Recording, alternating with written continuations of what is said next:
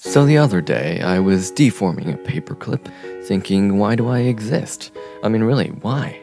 I guess if you went all the way back, it'd probably be the Big Bang, when everything was created, including some stuff that eventually became me.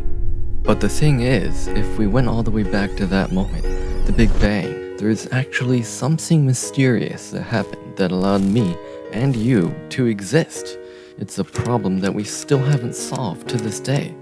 The matter-antimatter asymmetry problem. Now, I know that sounds complicated compared to cat videos, but it's really not actually that bad. Let's just start with the word matter. You know how pretty much everything is made of matter, right? You, me, all matter. And all this matter was created in that moment, the Big Bang. But matter wasn't the only thing created. There was also antimatter. You see, antimatter is kind of like the mirror image of matter. Just as the matter you is made of matter particles like protons, neutrons, and electrons, an antimatter you would be made of mirror image antiparticles like antiprotons, antineutrons, and antielectrons. And you know how when you look at a mirror, your right hand becomes the left hand, right? It's the opposite. Well, if you look at antimatter, you'll find that it also has opposite properties, such as opposite charge. Now, what's strange is that whenever antimatter and matter meet, their opposite charges sort of cancel out and they destroy each other.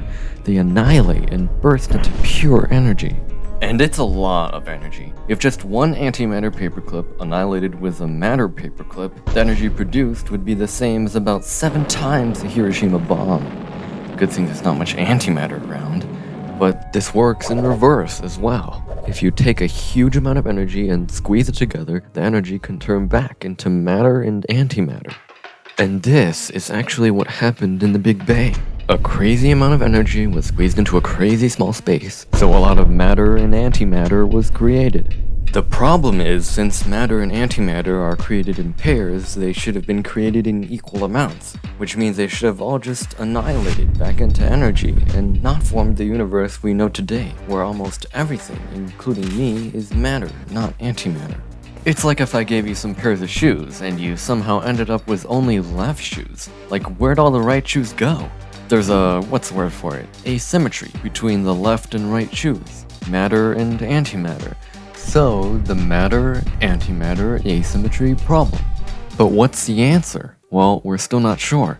Perhaps there's a yet undiscovered, quirky law of nature that can explain this. Perhaps the antimatter is still out there, waiting to destroy us.